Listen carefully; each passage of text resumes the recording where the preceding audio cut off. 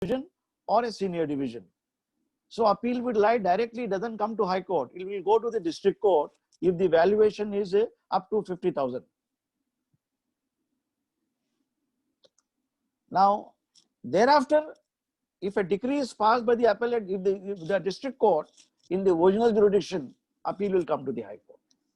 So section 96 deals with original decrees, that means where the court has been filed directly. Whereas section 100 deals with appeal from appellate decrees. Appellate decrees mean the decree which has been passed or modified by appellate court. For example, in Thane, you had filed a suit before the civil judge junior division against the defendant for specific performance of a contract in respect of an amount of rupees 1 lakh rupees. So the civil judge junior division or senior division passes a decree in your favor. The defendant wants to challenge the decree, he will go to the first district court in Thane. He will not come to the High Court because the amount is small amount, 1 lakh. Then if the appellate court, the district court dismisses the appeal, a second appeal would lie in the High Court. The High Court entertains appeals only on substantial question of law and not on facts. Whereas an appeal under section 96 would lie both on facts as well as on law. Please note that. The scope of section 96 is much more wider. A more latitude is given. Parties must be given full opportunity.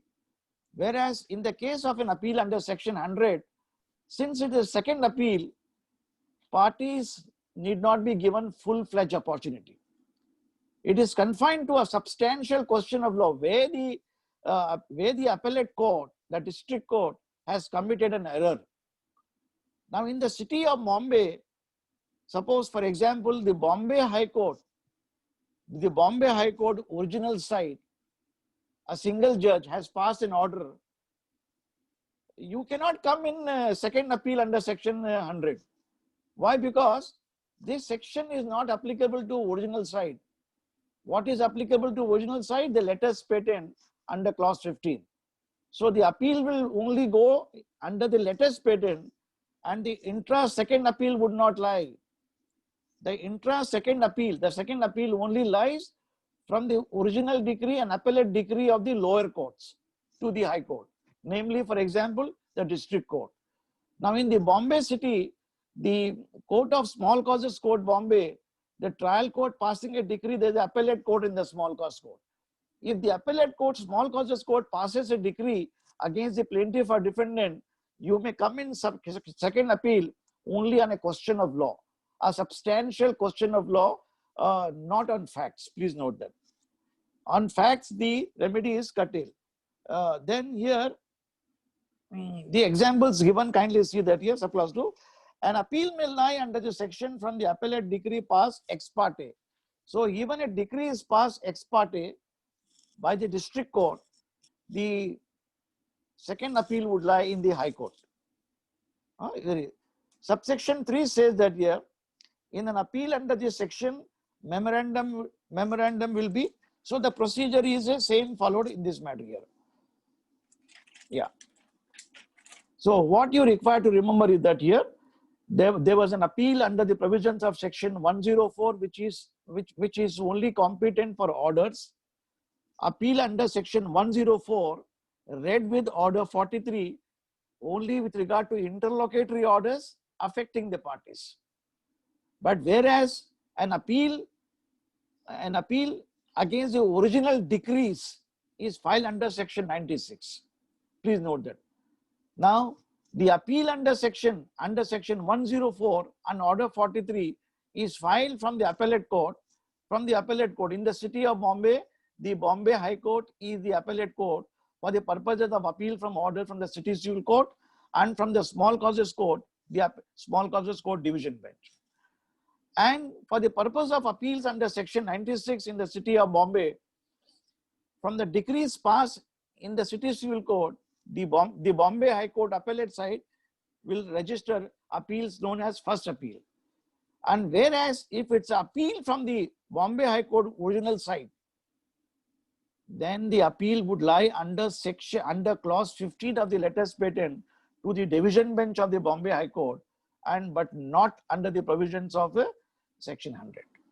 Please note that. And it's an appeal from the district court, that Thana district, Pune district, then appeal would lie to the High Court under section 96, if it's a original decree.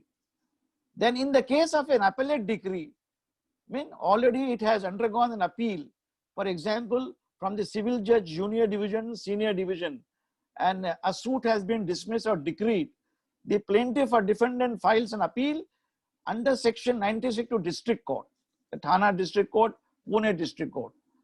It is only when the district court passes an order, second appeal would lie in certain circumstances to the High Court. Second appeal lies only to High Court, not to district court. And second appeal would not lie from a decree of the High Court to the division bench. It only lies from the judgment and decree of the appellate court, namely district court, or the subordinate, all subordinate courts to the High Court under Article 227 of the Constitution. Courts which are inferior to the High Court and not to any other court. Is that clear now? Anybody wants to ask any question?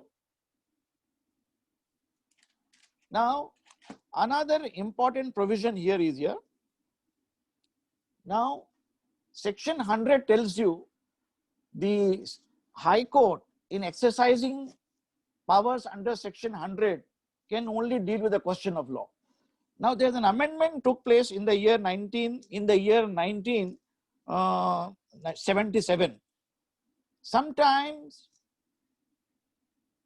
the district court or the subordinate inferior court, the appellate court, may also pass certain judgment on the question of fact which are totally perverse and without recording correct facts and dehors the evidence. Now, with a view to bring those judgments in the ambit and power of the High Court to try, section 103 has been amended and count, which please runs into 3.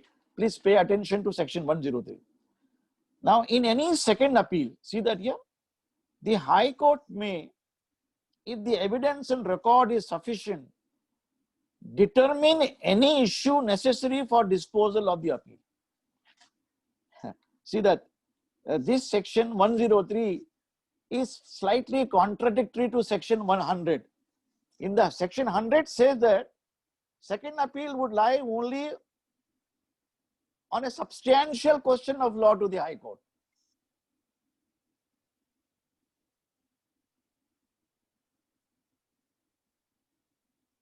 Subclause 4 of section 100.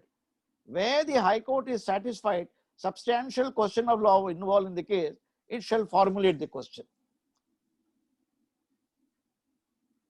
Even section 100 subclause 1 says that here, that the second appeal passed by the court substantial to the High Court if the High Court satisfied that the case involves substantial question of law. 103 speaks of a case, the High Court may, if the evidence and record is sufficient, determines any issue for the disposal of the appeal, number 1, which has not been determined by the lower court or by both the courts of the first instance, the lower court, or which has been wrongly determined by the court or by the reasons of decision, question of law referred to under section 100. So here more indulgence is given, more latitude is given to the appellate court that you can also file second appeal on certain question of facts which are totally perverse. Mean the lower appellate court, for example, district court, or a district court or the court of small causes court in Bombay, which is the appellate court, and the trial court, maybe a trial court, maybe a civil judge, junior division or senior division outside Maharashtra, and in the city of Mumbai, the uh, the small causes court. But as regard the decrees of the City Civil Court, Bombay, second appeal would not lie. Why? Because the first appeal from the City Civil Court directly comes to High Court. From the judgment and decree of the High Court under 96, no second appeal lies. Because the High Court is acting as the appellate court under section 96. Whereas in the case of a district court, the appeal has arisen from civil judge junior division or senior division and it has gone to district court. So here when the district court has made a mistake or a lower court, for example, a trial court, you must have produced as a plaintiff advocate that a tape record evidence. I'm just giving illustration. A tape record evidence to substantiate the fact that the defendant has fabricated certain evidence. Now, before the trial court, you make an application to the court. I would like to tender evidence in the nature of a tape recorder evidence. For rightly or wrongly, the trial court says tape record evidence is not admissible. I will not take it. Okay, it's an error committed. Now that order and decree of the trial court, namely civil judge junior division or senior division, you brought it to the district court. The district court, maybe Thana district court or Pune district court, after hearing the first appeal under section 96, confirms the trial court finding, stating that there is no infirmity in the order. Now, as an intelligent lawyer, you may tell the High Court, though I am challenging the orders of the trial court as well as the appellate decree of the district court by filing the second appeal on a substantial question of law as well as on facts which are totally perverse. That must be your ground in the facts are totally perverse. Both the trial court, that is civil judge senior division or junior division, as well as the district court, the appellate court, have given a finding that tape record evidence is not admissible, which is contrary to the Supreme Court judgment in the famous R.M. Malkani's case. When you open R.M. Malkani's case, AIR 1973 Supreme Court,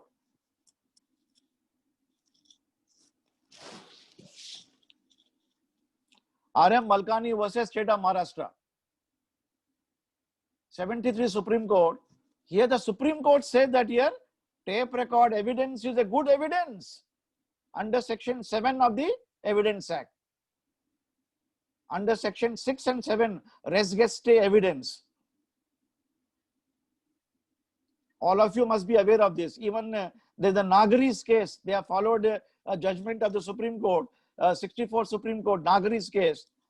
This is a case where the Mr. R.M. Malkani was a, what you call it, he was a, what was his designation? Just kindly see.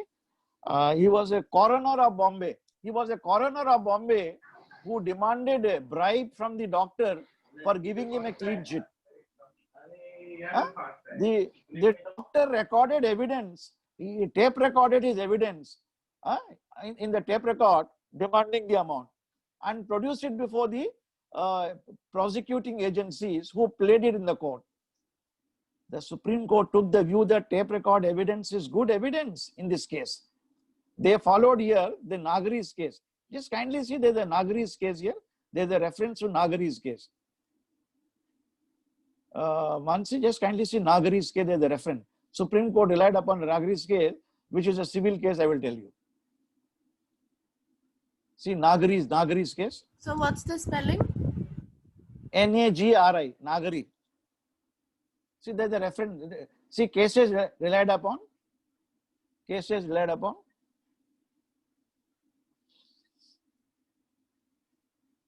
One Mr. Nagari, he was a landlord in the Bombay. He demanded certain pagdi from the tenant to pay the amount.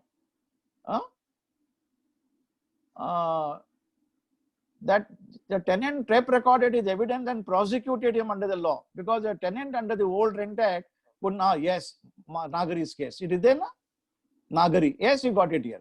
Yusuf Ali Ismail Nagari. 1967 Supreme Court.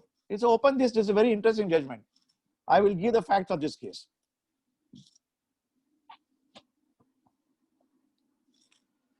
Then Yusuf Ali Nagari's case. Now, under the old Rent Act, there was Section 18. Section 18 prohibited the landlord from accepting pagadi or any amount more than 3 months' rent. Now, in this case, this gentleman told the tenant, you have to give me cash amount, not the, I will not accept check, I will not give you receipt. The tenant tape recorded the conversation between him and the landlord, Nagari, Yusuf Ali Nagari, and prosecuted him. And when he had filed a suit for eviction in the Small Causes Court, he relied upon this. The Court of Small Causes Court took the view that tape record is not a good evidence, an appellate court. Then ultimately the Supreme Court said it's a good evidence. Under Section 7 of the Evidence Act, you will learn it here.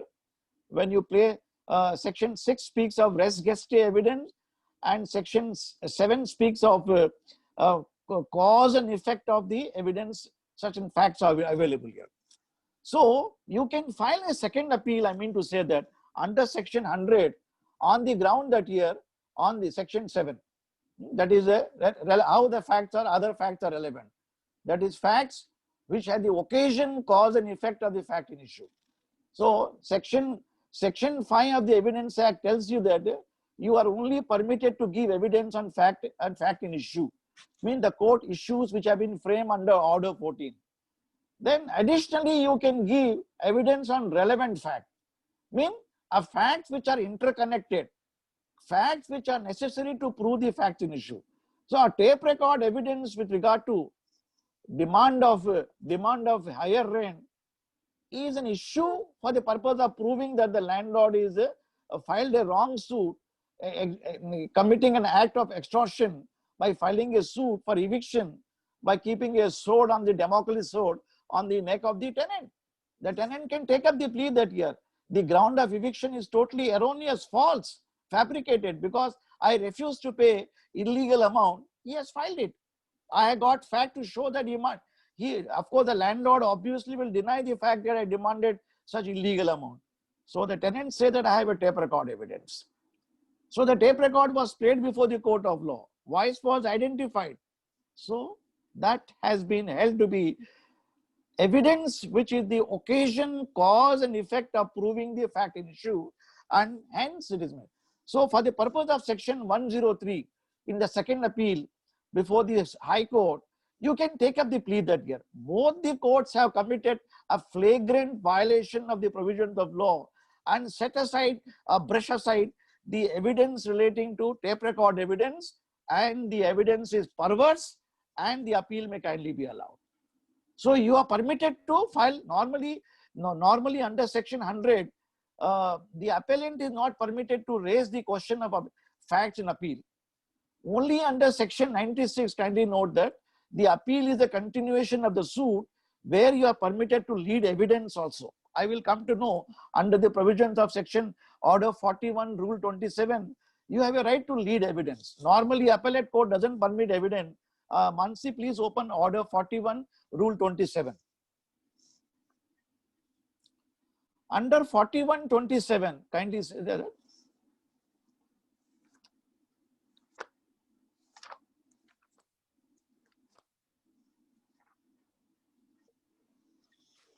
Yeah, 4127 is an illustration of a case where production of additional evidence in appellate stage. Why? Because appeal is an important provision in hearing before the court of law, important proceeding. It's a continuation of the suit. It's the first appeal. Please, I'm talking of first appeal, not the second appeal or not appeal from order. Here, when a decree is passed against you and the trial court has not correctly recorded your evidence and you could not produce material evidence at the time of the filing of the suit, or you are prevented from filing the suit, evidence that for the ends of justice to be defeated, to prevent the gross abuse of the court, that this honorable court be permit the appellant to lead evidence. So after hearing both the parties here, the court is normally inclined to produce evidence provided your application comes within the parameters of Order 41, Rule 27. So you have to satisfy the various grounds for the purpose of proving. So the appellate court itself may record evidence, or the appellate court will remand the matter back. The remand procedure you learn under Order 41, Rule 23. 23 and 23A. Please, Mansi, open Order 21, Rule 23. 23 and 23A. Remand the matter back means send the matter back to the trial court. So the appellate court may be busy. The appellate court will frame the issue that the trial court has not correctly framed this issue, or additional evidence has been allowed by the appellate court in the light of the evidence. So you may take up the plea that here before the court, the defendant has not taken up the plea, has a tape record evidence against the respondent to prove that an illegal demand was made. So that tape record was not available at the time. It had gone to forensic laboratory at the time of the filing of the suit. At the time of the recording evidence, it was not available. Now the forensic laboratory has now given me the copies of the tape record evidence and the identified the voice, and accordingly I am making the present application seeking permission in indulgence of the appellate court that I may be allowed to lead evidence. So the appellate court in such a scenario will permit your application and direct that here the defendant may be permitted to lead evidence on this point. We therefore frame the issue. Does the defendant prove that the plaintiff has illegally demanded consideration pagdi from him? That is an issue. And the trial court is directed to lead evidence and send the matter back or decide the issue itself. That is why it is called continuation of the proceeding. Order 41-23 deals with a preliminary point, that is, a issue has been decided by the court. Now 23A will come. See, Order 41-23A check kare. The remand is of two types. Under Order 41, Rule 23, when the suit has been decided and preliminary issue, that is, for example, the defendant raises the plea that the suit is barred by res judicata. The court will say that I will not try all the other issues. I will dispose of the suit on preliminary issue or on law point of res judicata. Res judicata means, thus the issue before the court has been decided in the prior suit. Then if the court gives a finding yes or no, then the court may say that here the appellant has not been able to prove that the issue is covered under Section 11. So I therefore direct the trial court to frame other issues relating to the matter. So matter is therefore remanded to the trial court for framing other issues.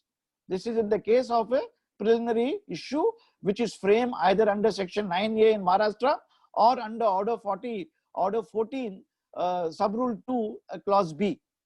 So when the court can dispose of the suit on a preliminary issue. Now other cases where the court has suppose framed 5-6 issues, a vital issue has not been framed. Now you learned under the CPC while dealing with amendment and issues, under Order 14, Rule 5, the court can frame and alter the issues at any stage, even at the time of the judgment and passing of the decree. That you kindly see that, open Mansi please, Order 14, Rule 5 again.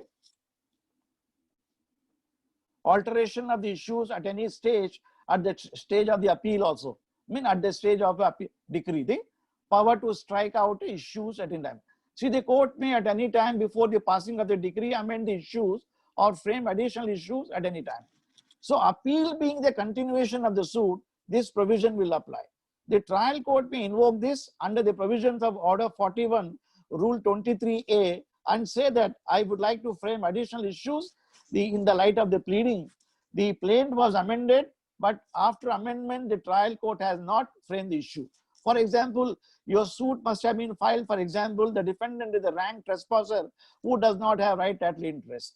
Then you may tell the court here the issue relating to mean profit has not been framed. When you take up the plea, the defendant is a trespasser or an unlawful occupant, naturally he cannot be allowed to stay free of charge.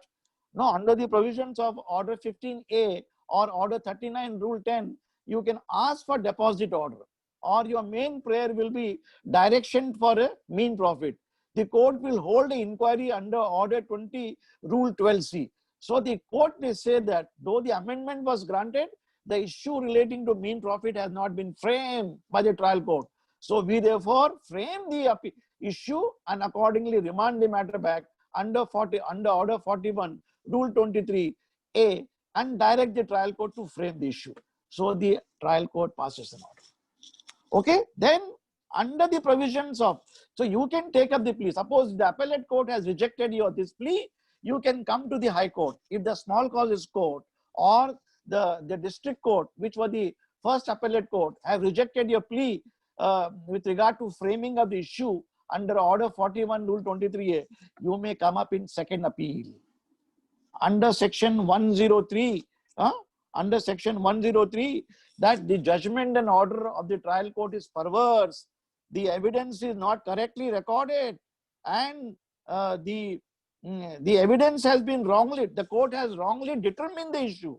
See that the first 103 clause A says that the trial court has not determined the determination by the lower court, by the trial court, first instance of the appellate court. The number two is it has wrongly determined. So the issue with regard to mean profit or the evidence with regard to tape record evidence is not correctly reported or correctly appreciated. So there is therefore perversity in the order of the appellate court, that this honorable court be pleased to invoke the provisions of Section 100 and 103 in the matter. Okay, is this clear? Please tell me now. Anybody has any doubt, let me know before I go to Section 105. 104 we have learned, appeal from order, I won't disturb you. 105 is very important. 105 is very important. Sir, Ashish has a quick question, sir. Yes, Ashish, boliye. So this can always be used, and you can in the High Court you can have evidence presented using this as a reason that that the court did not that the facts were not considered in the lower courts. Yes, if the evidence is defective, it is only when the lower court or the first appellate court and not the High Court. Please note that a district court is your appellate court. The district court has committed a wrong, or the court of small causes court with the appellate court has committed a wrong. They have not correctly recorded the evidence under the provisions of the Indian Evidence Act. Evidence Act Section 5 speaks of leading evidence on fact in issue. Section 6 to 55 speaks about evidence on relevant fact, other relevant fact. Then Section 1991 speaks of extrinsic evidence. 1991 nikaliye aap. 1991 speaks of extrinsic evidence. Mean when you can lead oral evidence to disprove a document. Presumption and evidence. This is when a written contract is there. Normally, you are not permitted to lead oral evidence. But if there's a fraud has been played, if there's a coercion has been played, if there is some kind of mischief has been played by the defendant, you will be permitted to lead oral evidence to dislodge the document. You can tell the court, yes, I signed this document, got registered. The defendant brought a revolver over my head and put it. If you don't sign the document, I will kill you and your family. So I signed this transfer document under duress, under coercion, under threat to my life. So you will be permitted to lead evidence. I went to the police station, lodge a FIR. So that means the court will normally, under Section 90 and 91, parties are not allowed to lead oral evidence to dislodge a written document. Here you are allowed. See, exclusion of evidence on oral agreement, exclusion of evidence to explain the ambiguities in the matter. That you lead. You may tell before the appellate court under Section 103, and this vital evidence has not been allowed to be taken on record. If you're an alert lawyer, you must make an application to the trial court as well from the very beginning. Your foundation of a case starts from the trial court Please note that here. When the client brings you a document, a lease deed or a exchange or whatever deed here, document, you may take up the plea. This document is sham, colorable, bogus, not to be acted upon. This doesn't show the real intention. The surrounding circumstances are different. The document is fabricated. This doesn't reflect. One of the case which we are arguing before the court is that here the client, the defendant is residing in a bungalow, but mischievously the builder has shown it as a flat. So we are taken up you can take up the plea that the agreement is sham, colorable, camouflage. It doesn't reflect the correct position, that this honorable court be pleased to appoint a commissioner to come and see the premises. I may be allowed to lead evidence to show that what I am occupying is a bungalow and not a flat. So this is how. These are the various provisions under the Evidence Act. So we have to go through very cursorily, but when you read it here, this can be a ground of attack. Especially note that when you draft an appeal under section 96 as well as under 100 and 103, please bear in mind that here the court normally, which doesn't permit the evidence to be challenged, is allowed to be challenged under 103. Okay? Is understood now by you? Yeah. Now Yes, come sir. to 105. 5 minutes are left. Yeah, I will cover 105 now. 104 we have covered, that is appeal from order. I don't have to again. Now 105 is very important. See that it says, save as expressly provided, no appeal shall lie from any order made by the court, exercise of original or appellate jurisdiction. But where a decree is appeal from an order, defect or irregularity so and so may set forth the ground. Now section 105 says that here, after having exercised the option of your appeal, thereafter no appeal lies. Now 105 can the real advantage. Suppose for example, during the pendency of a trial, the court appointed a court commissioner. Okay. Now order appointing a court commissioner is not an appealable order. You are not challenged it. Now thereafter what happened? The final suit took place. In the final suit, you lost the case on the ground of that the commissioner has produced this evidence which has cited. You may take up the plea that the court cannot appoint commissioner for collecting evidence for the parties. Now that can be a ground of attack in the appeal. Please note that cannot be a sole ground, but on this section says that here you have a right to take objection in the memorandum of appeal that the lower court committed, that the trial court committed in appointing a commissioner and allowing parties to lead evidence. Of course, the appellant did not challenge the order at that occasion, but have a right to take up as a ground under the provisions of section 105. 105 enables a party, despite not challenging a particular order, but in the appeal from order under 104 and order 43. Subsequently, in appeal from decree under section 96 or under section 100 and 103, you may take up the objection in your memorandum of appeal that the approach of the trial court was erroneous. The amendment must have been granted by the court during the pendency of your suit. Rightly or wrongly, normally the Supreme Court says the court must be liberal in granting amendment, facts to be incorporated. So you may take up the plea that here in the appeal, amendment though granted, it cannot relate back to the suit. I mean, it can only relate to the suit from the date of the filing of the suit. The suit is filed in the year 2000. Amendment deals from the year 1990. How can the trial court amend the pleading, granting permission to narrate fact from the year 1990 when the suit is of the year 2000? The suit is barred by limitation. It should not have been granted. So that can be a ground in your appeal. Please note that. Though it is not an attack, direct attack, you may say that the amendment was erroneously granted. So in a final decree, the court may under section 96 or under 100 or under 103 may consider your client. Is that? You understood this? Then notwithstanding anything contained in the subsection where any party agreed by the order of remand or which the appellant lies, does not appeal therefrom, he shall be precluded from disputing the correctness. Now, whereas 105, the first clause permits the ground of attack being taken in case the allowed is not challenged. Subsection 2 says that a remand order passed by the appellate court under order 41, rule 23 and 23A cannot be challenged by you subsequently if you are already not challenged. So there is it amounts to a doctrine of constructive res judicata. You cannot be permitted. So if the remand order is, you have a right to challenge the remand order.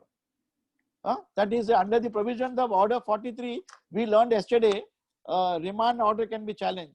आप देखिए order 43 के अंदर, order 43 rule 1 clause U check करें, an order under 23A of order 43 remanding a case.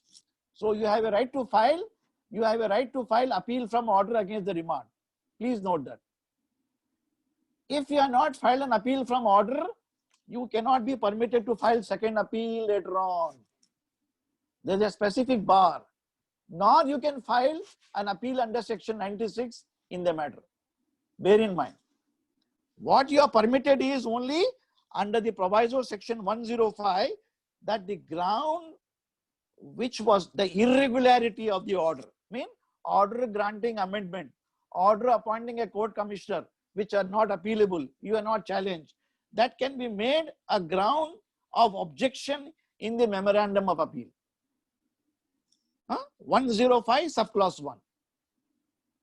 Subclause 2 debars you from raising any plea with regard to remand, challenging the remand, if you are not already challenged. Because there is a specific permission given to you. Remand can be challenged by way of appeal under the provisions of order 43, rule clause U. Okay, you understood? For today, this is the topic. I think we don't have much time. This is a question session. Please ask any question. Tomorrow, I will take, when the day after tomorrow, I will take the other appeals to Supreme Court, then review, reference, and revision. Okay, that is next lecture. I'm sure the appeals are clear to everybody. Anybody has any doubt, may please ask me right now, or you may frame your question also on the next next sitting, that is on Monday. Is this topic clear for everybody? Ashish, Mansi? Yes, sir. Yes, sir. Anybody has any question? Please ask me. See, more or less, the CPC and CRPC, they go on a parallel track. Parallel track, So a slight departure. 10-minute meeting might finish at any time. Yes, that is why I'm asking you all any question. So on the next occasion, please, read and come the provisions of reference, review, and revision.